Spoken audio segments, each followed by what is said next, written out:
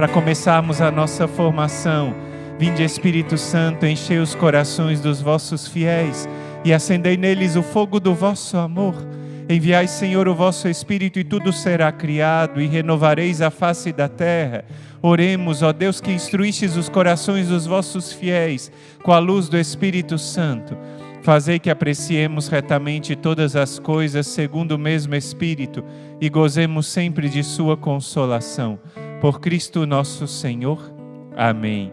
Recebe mais uma vez essa palavra do Senhor nessa nossa série. Eu creio nas promessas de Deus e hoje nós vamos acreditar na promessa de Jesus. Jesus é o príncipe da paz e Ele prometeu. Eu queria que a gente começasse recebendo essa palavra. Deixa eu pegar aqui, é a palavra que está na carta de São Paulo aos Filipenses, capítulo 4, versículo 7. Anota logo essa passagem.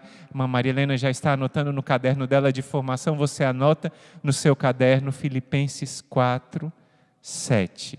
Olha a palavra que São Paulo nos diz, é uma exortação. E a paz de Deus, que excede toda a inteligência, haverá de guardar vossos corações, vossos pensamentos em Cristo Jesus.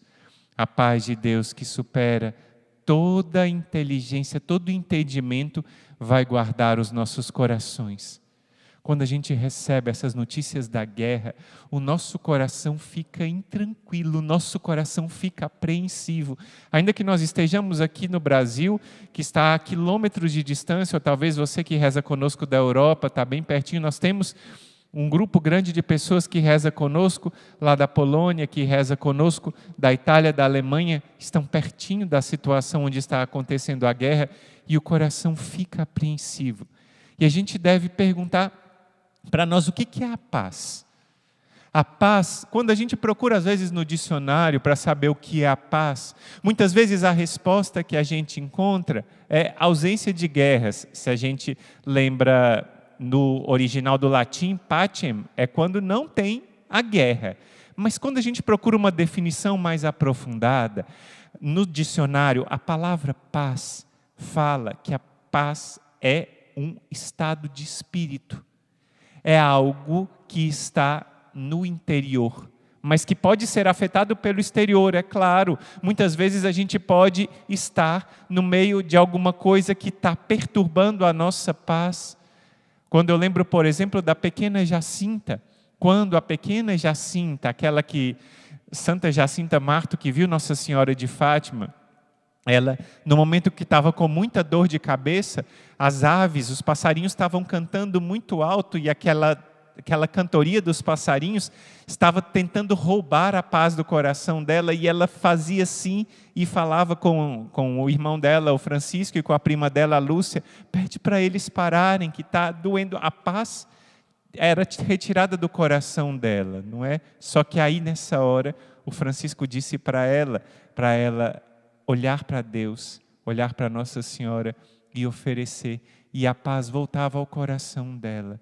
E essa paz, quantas vezes a gente vê que é o fruto de alguma coisa que está fora, mas a paz que o mundo está buscando é uma paz que não se encontra somente com as coisas que estão ao exterior. Porque se a gente for buscar a paz que está só com as coisas do exterior, a gente poderia pensar que uma pessoa que tem tudo que o mundo diz que é o essencial poderia encontrar a paz. Uma pessoa que tem talvez a casa mais bonita, o carro mais bonito, a cama com o colchão mais macio do mundo, um travesseiro feito com, não sei, penas de ganso, com a espuma não sei de onde, super macio, e ela deita e não consegue dormir. Por quê? Porque não tem a paz, que não é somente fruto de um estado de espírito das coisas exteriores, mas é a paz que vem de um encontro com uma pessoa. A gente vê essa guerra acontecendo e a gente pode dizer sem medo, está faltando Jesus no coração desses homens que procuram a guerra. Está faltando Jesus porque Jesus é o príncipe da paz. Jesus é aquele que de muitos povos fez um só povo. Sabe onde ele fez isso? No seu corpo, que é a cruz.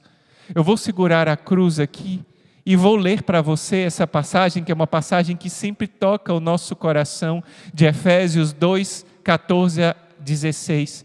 Olha, a passagem que São Paulo diz a carta aos Efésios, e ele fala, porque Jesus é a nossa paz. Ele que de dois povos fez um só, destruindo o muro de inimizade que os separava. A gente está vendo dois povos irmãos disputando, raças eslavas, Ucrânia e Rússia, a língua muito parecida, vizinhos que moraram juntos por tanto tempo e agora brigam. De dois povos, ele fez um só. E São Paulo continua no versículo 15, abolindo na própria carne, ele está falando da carne, na própria carne a lei, os preceitos e as prescrições. Desse modo ele queria fazer em si mesmo, de dois povos, uma aliança.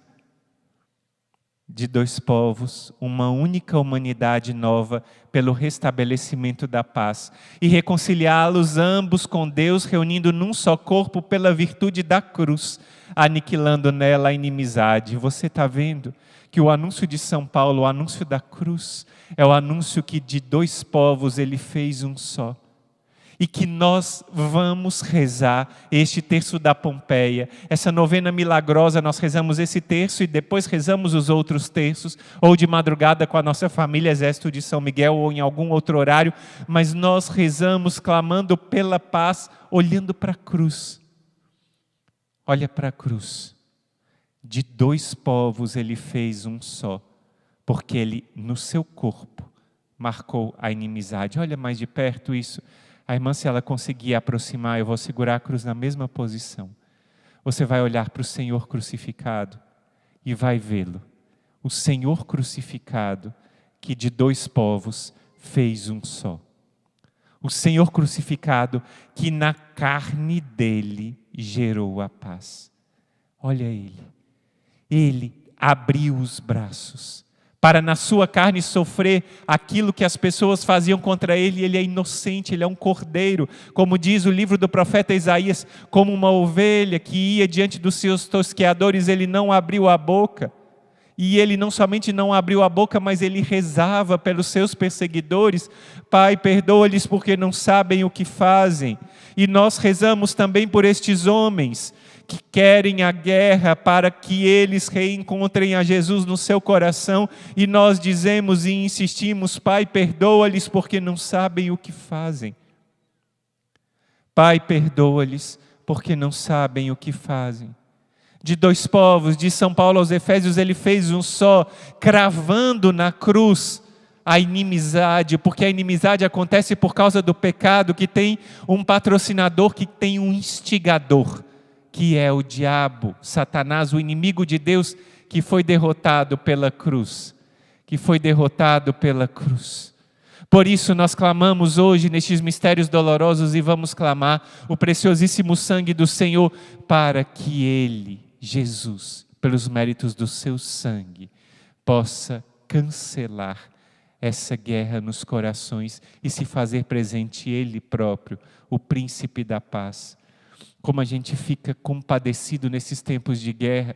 Eu falava há pouco com uma das nossas irmãs que diz que já chorou muito, contemplando as cenas das famílias que fogem de Kiev, da capital, que fogem da Ucrânia, das famílias que contemplam já os seus entes queridos que perderam a sua vida, de pessoas que estão vendo a sua casa destruída pelos mísseis, pelas bombas, pelos tanques, e choram, e nós choramos com eles e clamamos: Senhor, o dom da paz. Nós clamamos o dom da paz para o mundo hoje. Nós precisamos de paz. E precisamos de paz em cada coração.